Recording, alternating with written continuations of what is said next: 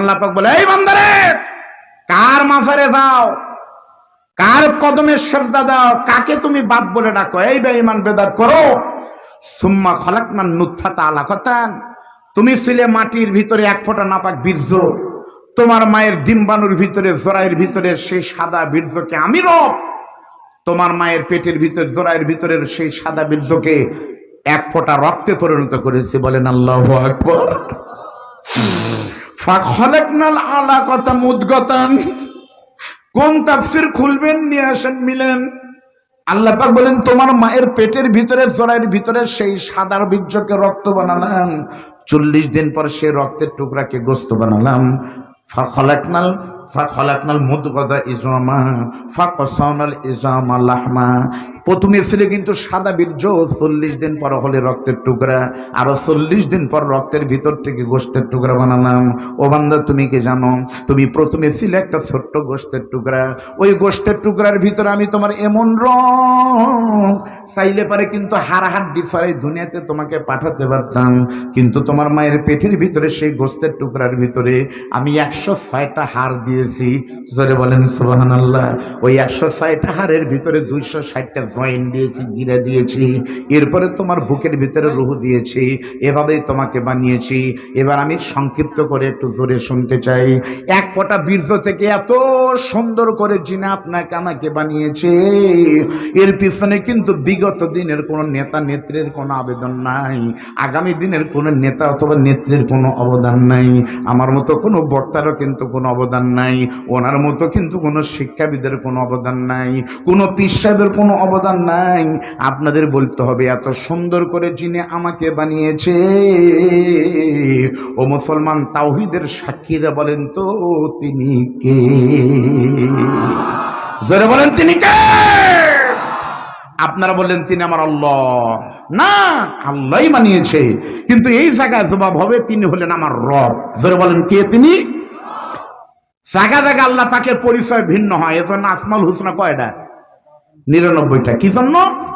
পবিত্র কোরআনের ভিতরে দেখেন আল্লাহ শব্দ এসেছে প্রায় 3000 বার, আবার রব শব্দ কিন্তু অনেকবার এসেছে, আসেনি কেন? রব বলা হয় তাকে তাফসীরের ভাষায় তারবিয়াতু শাই ইলা কামালিহি শাইয়ান ফা শাইয়া, নাই থেকে যিনি পরিপূর্ণতা দান করেন, জিরো থেকে যিনি কমপ্লিট বানান, তিনি হলেন রব। জোরে বলেন আল্লাহু আকবার। সুতরাং দাসত্ব গোলামি একমাত্র হবে যার, তিনি কে? জোরে বলেন তিনি কে? রব। এবার তাকান, রব কাকে বলে? রব কাকে বলে ভাই? আমরা জানি না রব কাকে বলে। রবের পরিচয় হলো আমার জীবন দেওয়ার মালিক, লালনকারী, পালনকারী, ভালোর মালিক, খৈরিহি ও শাররিহি মিনাল্লাহি তাআলা, সব হয় আল্লাহর পক্ষ থেকে। এটা যারা মানে না, তারাই নিজের সন্তানের জন্য বগুড়া থেকে বাবার দরবারে ফরিদপুরে যায়। জোরে বলেন কথা ঠিক না ঠিক? তারাই মাজারে যায়। খারাপ করতেছেন। এবার আপনাদের বলবো রব কাকে বলে, খুব খেয়াল করেন, এইটুক বলে আমার আলোচনা শেষ হবে। আমি আপনাদেরকে হাতে কলমে দেখাবার চাই, বগুড়ার মানুষ কাকে বলে রব আমার চোখের দিকে তাকান। তাফসীরের ভিতরে শেষ আল্লাহ পাক বলেন, বান্দা তুমি কার নাফরমানি করো? সর্বপ্রথম তুমি কিন্তু ছিলে এক পর নাপাক পানি, সেখান থেকে যখন তোমাকে আমি বানালাম মায়ের পেটের ভিতরে, তুমি কিন্তু ছিলে একটা ছোট পুতুল। বলেন তো ভাই, পুতুল কিন্তু ছিলেন। ওই পুতুলের ভিতরে যখন আমি রূহ দিলাম, সঙ্গে সঙ্গে সন্তান পেটের ভিতরে কিন্তু নড়াচড়া শুরু করে দেয়। আপনারা বলেন তো, মায়ের পেটের ভিতরে কি সন্তান নড়ে না? এই অনুভূতি হয় তখন প্রথম সন্তানের বাবা যখন হবেন, তখন প্রথম সন্তানের বাবা হওয়া, এরপরে যদি 96টা সন্তান হয়, প্রথমবারের মতো হয়, তাই ওই অনুভূতি কিন্তু থাকে না। আল্লাহ পাক আমাকে একটা ছেলেও দিয়েছে, একটা মেয়েও দিয়েছে। আমি দেখেছি আমার মেয়ে যখন পেটে ছিল, আমার বিবি মাঝে মাঝে আমাকে ঘুম থেকে হঠাৎ হাত নিয়ে পেটে দিয়ে বলতো, দেখেন আপনার সন্তান নড়তেছে। আমি তখন বললাম, মামনি আর মাত্র 1.5 মাস, তারপরে তো দেখা হচ্ছে। রব্বে কারিম তাফসীর পড়ে দেখলাম আমার বাচ্চা কিন্তু আনন্দে নড়েনি। কোরআন বলতেছে যখন পেটের ভিতরে তোমার সন্তান ক্ষুধা লেগেছে তখন বলেছো খাবার দাও, তখন তুমি পিতা কিন্তু তোমার মেয়ের খাবারের ব্যবস্থা করতে পারোনি, তখন তোমার মাও কিন্তু তোমার খাদ্যের ব্যবস্থা করতে পারেনি। আমি তোমার এমন রব, তুমি বান্দার পেটের ভিতরে, তুমি মায়ের পেটে তোমার ক্ষুধা লাগবে, সেজন্য তোমার খাওয়ার বন্দোবস্ত আমি করেছি। কিভাবে জানো? যতদিন না তুমি বাচ্চা দুনিয়াতে না আসো, ওই 9 মাস অথবা 10 মাস কিন্তু তোমার মায়ের মিন্স মাসিক কিন্তু আমি বের হতে দেই না বান্দা, ওই রক্তের দরজাকে কিন্তু আমি বন্ধ করে দেই। প্রশ্ন হলো হুজুর এই রক্তগুলো যায় কোন জায়গায়? এটা বোঝা শিখেন। ওই রক্তগুলো আল্লাহ পেটের ভিতরে কিন্তু একটা ট্যাঙ্কির ভিতরে জমা করে দেন, আর ওই ট্যাঙ্কির ভিতর থেকে মায়ের জরায়ের ভিতর থেকে একটা বিদ্যুতের তারের মতো চিকন নাড়ি টেনে এনে আরেকটা মাথা কিন্তু আপনার নাভির সঙ্গে বেঁধে দেয়। আপনার মায়ের জরায়ু আর আপনার নাভি সরাসরি বাইপাস রাস্তা হয়ে গেল ট্যাঙ্কির সাথে। যখন রাত 2টার সময় লাঠি দিয়ে আনতে বলেছিলেন আমার ক্ষুধা লেগেছে, নড়ে ছিলেন, তখন আমার রব ওই টাঙ্কি থেকে মায়ের নাপাক রক্ত বাইপাস করে ছেড়ে দিয়েছে। হ্যাঁ, সবই করা লাগবে, আমার মাথাও আছে, কিন্তু এক জায়গায় তো যাওয়া লাগবে না। ঢাকার যাত্রী তুলে যদি চান্দাই কোনা যায় বলে যে ভাই গাড়ি থামান, কথা আছে, তাহলে পিটন খাওয়া লাগবে তো। এই জন্য বলছিলাম ভাই একটা বক্তা কমান লাগতো, সেটা আমাকেই কমাতেন, অথবা আসর থেকে শুরু করতেন। আমি কিন্তু হানাফির লোক, কিন্তু আলে হাদিসের আমার একটা জিনিস, সব জিনিস ভালো লাগে, এক জায়গা খারাপ লাগে। বলি ভাই, বাইরে যা বললে গিবত হবে, অতএব এতেই বলি যা হয় হোক, পিটন খাই আজকেই খাই। আলে হাদিসের লোকেরা নামাজ পড়ে সময় মতো, সালাত তাদের টাইম মতো সব করে। এক জায়গায় আলে হাদিসরা পিছনে আছে, সেটা হলো মাহফিলে বক্তা তুলে দেয়, তারা হানাফিদের চাইতে পড়ে। মনে রাখবেন, বেশি নেতায় দেশ নষ্ট, বেশি লবণে তরকারি নষ্ট, আর বেশি বক্তায় শোভা নষ্ট। আপনারা ঠিক করলো ঠিক, না করলো ঠিক, অতএব একবার কোন ঠিক। মন খারাপ করতেছেন? মাত্র কয়েক মিনিট ভাই শোনেন। মায়ের পেটের ভিতরে খাইছিলেন কি? তাকান আমার চোখের দিকে। আমার আল্লাহ বলেন তুমি যখন বলেছো আমার ক্ষুধা লেগেছে, তখন তোমার মায়ের পেটের ভিতর থেকে নাপাক বীর মানে রক্তকে আমি বের করে দিয়েছি বান্দারে। ওই নাপাক রক্ত খেয়ে কিন্তু তুমি বড় হয়েছো, রক্তই কিন্তু আমরা খাইছি।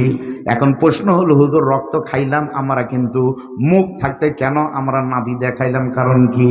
এর কারণ বাইপাস কেন হয় বলেন তো? বগুড়া শহরের ভিতর থেকে গাড়ি যদি যায় তাহলে জ্যাম বেঁধে যাবে, সেজন্যই কিন্তু বাইপাস করা হয়েছে। ওই রকম মায়ের পেটের ভিতরে যদি নাপাক রক্ত আল্লাহ আপনার সরাসরি আপনার মুখ, বাবা খাও, বাবা এই চা খাও, ধরো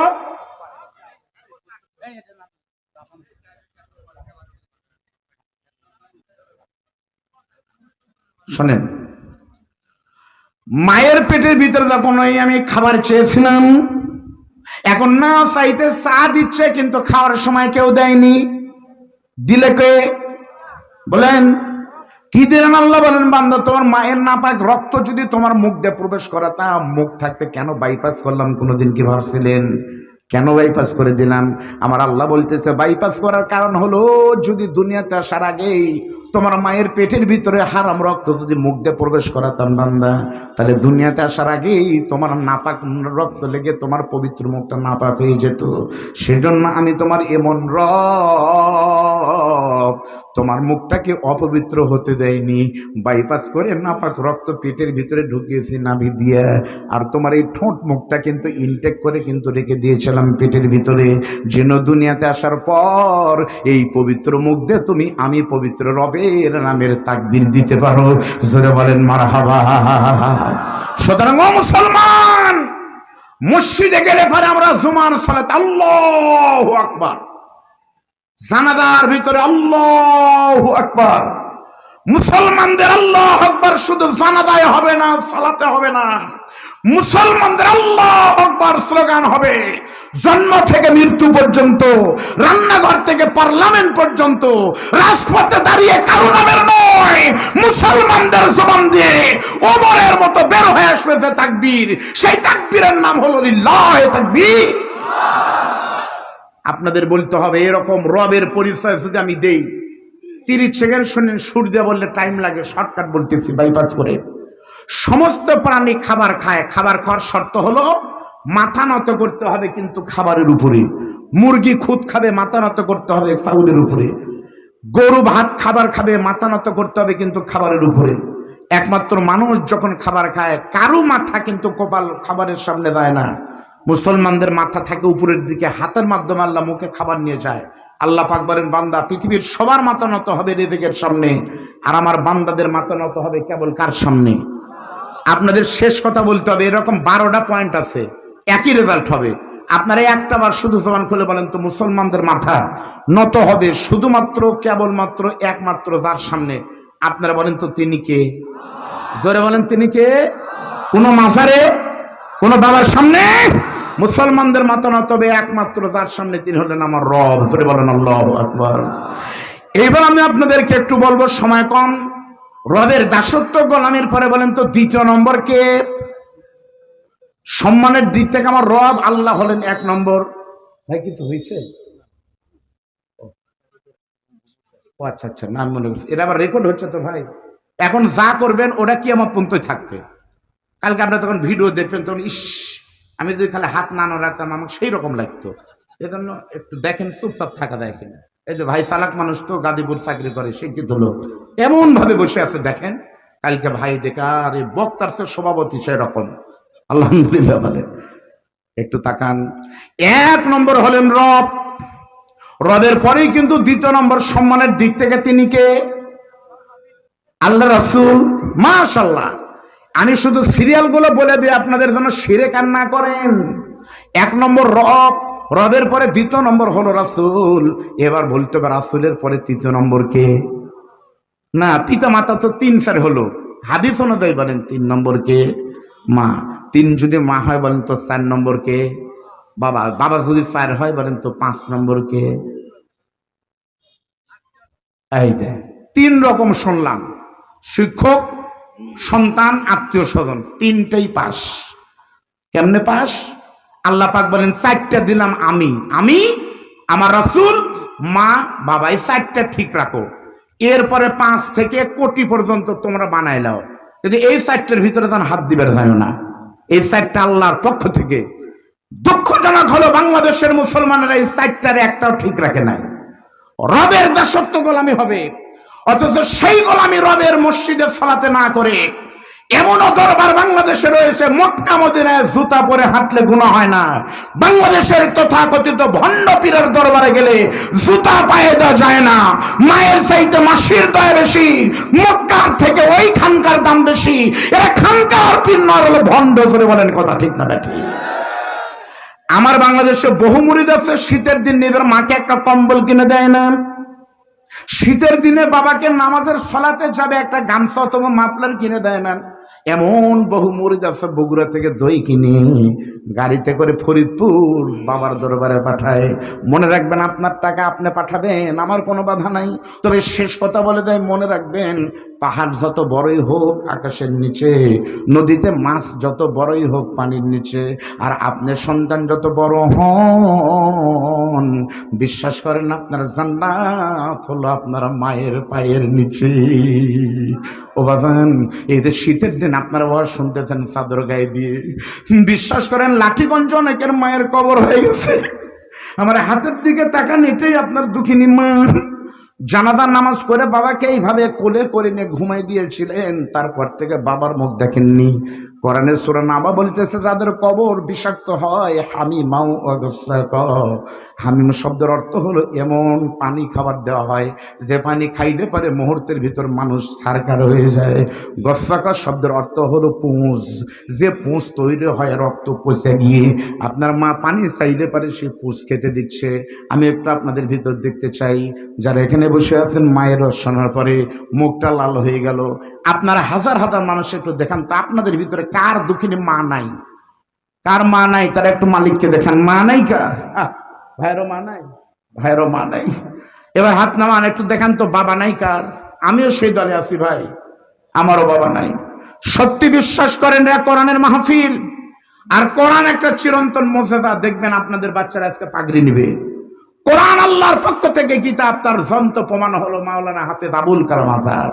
তাকিয়ে দেখেন, এতগুলো মানুষের মা বাবা নাই। এই লাঠিগঞ্জ নুরানি মাদ্রাসা এতিমখানা মাদ্রাসা, এই মাদ্রাসার জন্য বাংলাদেশের কোন বিশ্ববিদ্যালয়ে রাত 12টার সময় কোরআন পড়া হয় না, আলিয়া মাদ্রাসায় পড়া হয় না রাত 12টার সময়।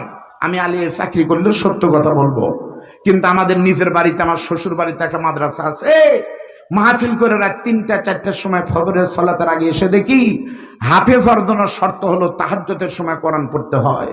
লাঠিগঞ্জ আপনারা একদিন পরীক্ষা করার জন্য দেখবেন, দেখি আবুল কালাম আজাদ হুজুরের ছাত্ররা কি করে, চোখের পানি ধরে রাখতে পারবেন না। ভোর রাতে ফজরের সালাতের আগে উঠে ওই মাদ্রাসায় খাট নাই, বিল্ডিং নাই, কিছুই নাই, আপনাদের দান করা কম্বল আর ফুলের ভিতরে বসে কোরআনের পাখিরা যখন বলে ইয়াসিন,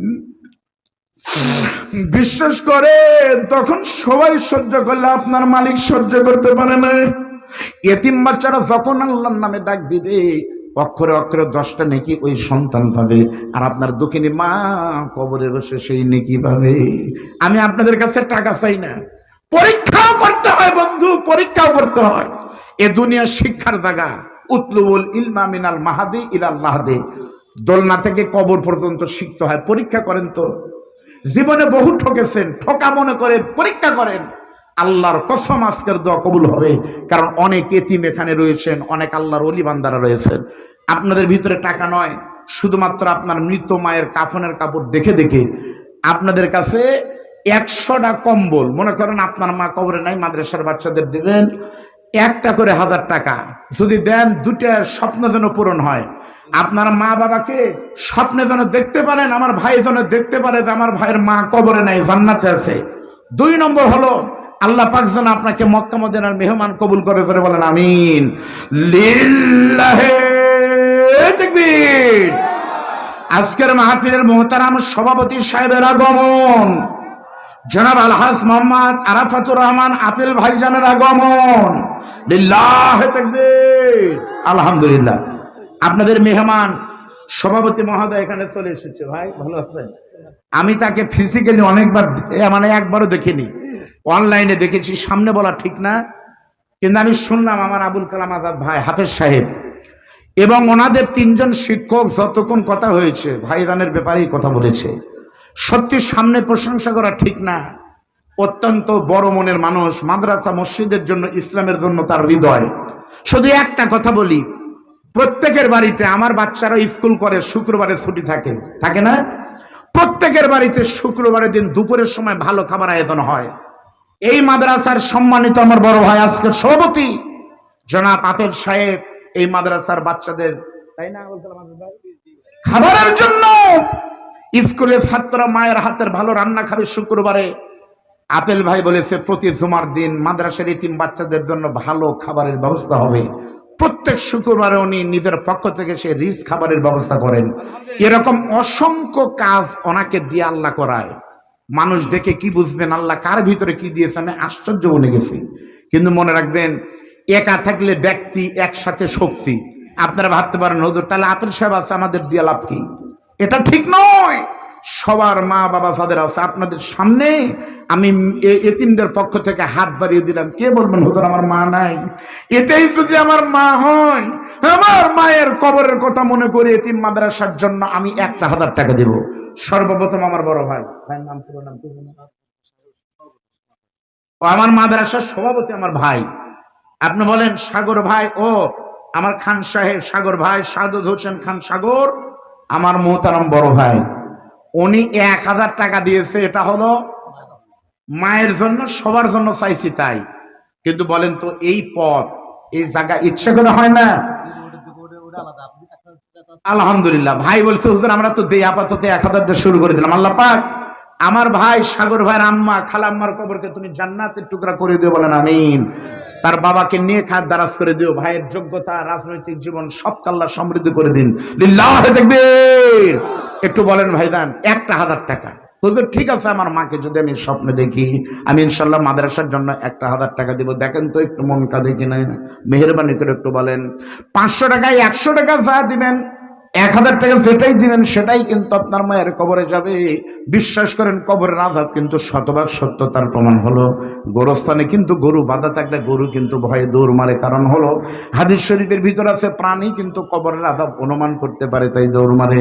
এই জন্য আপনাদের ভিতরে ভাই বলে না হুজুর ওইদিকে একটু খাতা কলম নিয়ে যান, কে কি দেয়? আহ, সাগর ভাইয়ের বড় ভাই মারা গেছে, আল্লাহ তার প্রচন্ড শীতের দিন, বড় ভাইয়ের কবরকে জান্নাত টুকরা করুক। ভাই আমার দিয়েছে আরো 1000 টাকা, ধরে বলেন আমিন। ভাইজান, একটা বস্তা সিমেন্টের টাকা এই মাদ্রাসাটা আরো বড় হওয়া দরকার, হবে ইনশাল্লাহ, হবেই। সবাই একটু শরিক থাকি ভাই।